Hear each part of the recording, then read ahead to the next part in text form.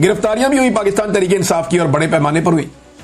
गिरफ्तारियों के हवाले से जो अदाद शुमार हैं वो अलग अलग किस्म के आ रहे हैं। तो हुकूमती ज़राए अलग हैं, पुलिस के ज़राए अलग हैं, पाकिस्तान तहरीक इंसाफ का क्लेम अलग है। लेकिन ये किसी सूरत भी अगर आप इसको कहीं पे बीच में इन बिटवीन भी आप देखें तो ये 1200 से ज्यादा कारकुन कम से कम पंजाब में गिरफ्तार किए गए, जिनमें 250 से जायद का दावा किया जा रहा है कि ये लाहौर से गिरफ्तार किए गए। तो इतने बड़े पैमाने पे गिरफ्तारियां तो कभी, यानी जितने बंदे पीटीआई के गिरफ्तार हो गए इतने बंदे तो आजकल पीएमएलएन के जलसे में नहीं होते। जितने बंदे पीटीआई के 9 मई से अब तक गिरफ्तार हो गए, इतना बड़ा जलसा तो नवाज शरीफ ने अपनी सारी जिंदगी में नहीं किया होगा। अगर 9 मई और उसके बाद जो 26 नवंबर को जो गिरफ्तारियां हुई ना, ये 20-22-25 हजार बंदा, ये बंदा इकट्ठा करने एक जगह पे तो एक बहुत बड़ा हुजूम बन जाता है, बहुत बड़ी तादाद में लोग हो जाते हैं। इतनी गिरफ्तारियां पाकिस्तान तहरीक इंसाफ की हुई हैं कि जितने बंदे किसी बड़े से बड़े जलसे में ये पॉलिटिकल पार्टीज नहीं निकाल सकती, ये पाकिस्तान तहरीक इंसाफ ने करके दिखाया और बहुत बड़ी बात है जो उन्होंने करके दिखाया। गंडापुर साहब के साथ नाजरीन बहुत बुरी हुई है। गंडापुर साहब रैली के साथ आए और मैंने जो सहाफ़ी वहां पे मौजूद थे मैंने उनसे पूछा, मैंने कहा जी आपने क्या देखा। इवन एक तो पॉलिटिकल लोग हैं उनसे भी मैंने पूछा, मैं उनका नाम नहीं ले सकता, ये उनके पीछे पड़ जाएंगे। तो उन्होंने मुझे क्लियरली कहा, उन्होंने कहा जी गंडापुर साहब मौजूद जरूर थे, वो एक्टिविटी कर रहे थे और पॉलिटिकली एक वो फिगर है, लेकिन गंडापुर साहब को पब्लिक रिस्पॉन्ड नहीं कर रही थी उस तरीके से जैसे उन्हें किया जाता है। सोशल मीडिया पे थोड़ा बहुत उनका शबशबा चल रहा था, लेकिन गंडापुर साहब ने जब तकरीर की तो उनकी तकरीर टोटल जो है वो 1.25 मिनट से 1.5 मिनट के बीच में थी। उन्हें भी आइडिया हो गया था कि देखिए लीडर को मजा तब आता है जब वो बात कर रहा हो और लोग सुन रहे हो। साउंड सिस्टम था उनके पास, अगर सामने 10-20 हजार लोग खड़े हो जाते तो वो उनसे बात कर सकते थे, लेकिन लोग गंडापुर के कंटेनर के इर्द गिर्द आए नहीं, उनकी दिलचस्पी गंडापुर में से खत्म हो गई थी।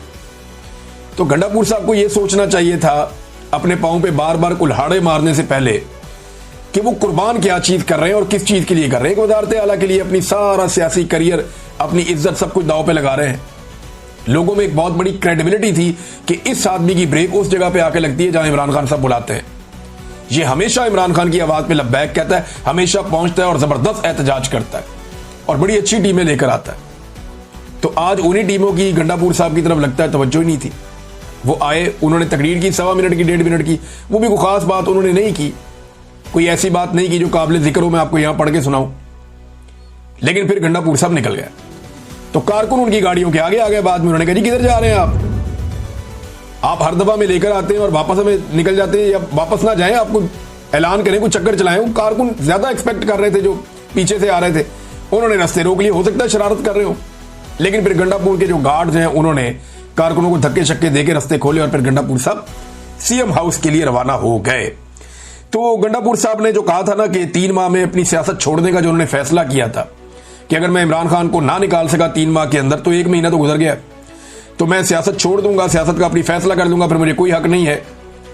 तो अपने आप को जो डेडलाइन गंडापुर साहब ने दी हुई थी ना, तो लगता है ऐसा ही है कि 3 माह में गंडापुर साहब को इस पे फैसला कर लेना चाहिए, क्योंकि अब आसार नजर आ रहे हैं कि अगर गंडापुर साहब ने खुद फैसला ना किया तो जिस तरह की उन्होंने सियासत की है, इस सियासत की मौजूदगी में लोग उनका फैसला कर देंगे।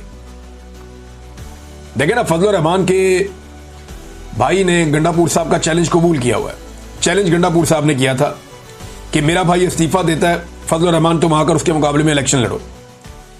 तो फजलुर रहमान साहब के भाई ने कहा कि मेरा बड़ा भाई क्या लड़ेगा, मैं लड़ूंगा आके इलेक्शन, तो तुम कहो अपने भाई को इस्तीफा दे आके इलेक्शन लड़े।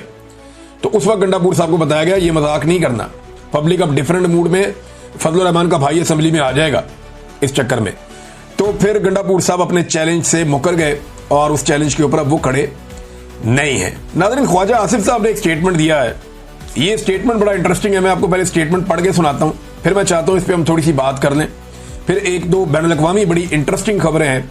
रशिया ने एक बहुत पुराना मुआहिदा जो 38 साल पहले हुआ था उनका अमेरिका के साथ, उसे खत्म किया है। क्यों किया वो बताता हूं। और डोनाल्ड ट्रंप ने एक नई कार्रवाई डाल दी, वो भी आपको मैं बताता हूं।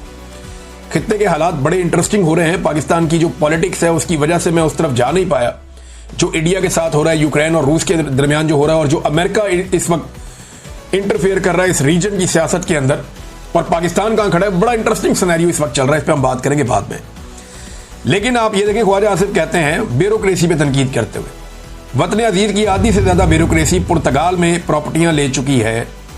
पुर्तगाल, ये इन्होंने खोला हुआ था, एक स्कीम खोली हुई थी पुर्तगाल ने कि इतने पैसे लाके इन्वेस्ट करो तो वहां पे वीज़ा मिल जाता था और वहां पे जो है आपको रेजिडेंसी मिल जाती थी। तो इससे फायदा उठाया बहुत सारी ब्यूरोक्रेसी ने। पैसा इतना ज्यादा नहीं था और ब्यूरोक्रेसी के लिए तो करोड़ों रुपया मामले कोई नहीं होता। तो ख्वाजा आसिफ ने दावा किया, ये वजीर दिफा है पाकिस्तान के, कि पाकिस्तान की आधी से ज्यादा ब्यूरोक्रेसी पुर्तगाल में प्रॉपर्टी ले चुकी है और शहरियत लेने की तैयारी कर रही है। और ये नामी ग्रामी ब्यूरोक्रेट्स हैं, मगरमच्छ अरबों रुपए खाकर आराम से रिटायरमेंट की जिंदगी गुजारें। बुजदार का एक करीबी तरीन ब्यूरोक्रेट, इसे मैं डोरेमोन कहता था। आपको याद होगा मेरे पुराने वीलॉग्स, मैंने डोरेमोन बताया था एक ब्यूरोक्रेट का नाम, जिसने बुजदार के दौर में तबाही फेरी हुई थी। ये उसी की बात कर रहे हैं। बुजदार का एक करीबी तरीन ब्यूरोक्रेट 4 अरब रुपया अपनी बेटियों की शादियों पर सिर्फ सलामियां वसूल कर चुका है। अब 4 अरब की सलामी तो नहीं देता ना कोई 100, 550, 5000, 10,000 इतनी सलामी होती है, सजा क्या होती है। ये तो एक वैसे ही खुशी के लिए एक छोटी सी रकम होती है। अब इसमें 4 अरब तो कोई नहीं देता ना, तो ये ब्लैक मनी को व्हाइट मनी करने का भी एक तरीका है। 4 अरब की सिर्फ सलामी वसूल कर चुका है और आराम से रिटायरमेंट की जिंदगी गुजार रहा है। सियासतदान को इनका बचा खुचा खाते हैं। ये ख्वाजा आसिफ कह रहे हैं कि सियासतदान इनका बचा खुचा खाते हैं। ये ब्यूरोक्रेट इतना ज्यादा खाते हैं कि जो बच जाता है वो सियासतदान खाते हैं और चवले मारते हैं। ना प्लाट ना गैर मुल्की शहरियत, क्योंकि इलेक्शन लड़ना होता है। पाक सरजमीन को ये ब्यूरोक्रेसी पलीत कर रही है।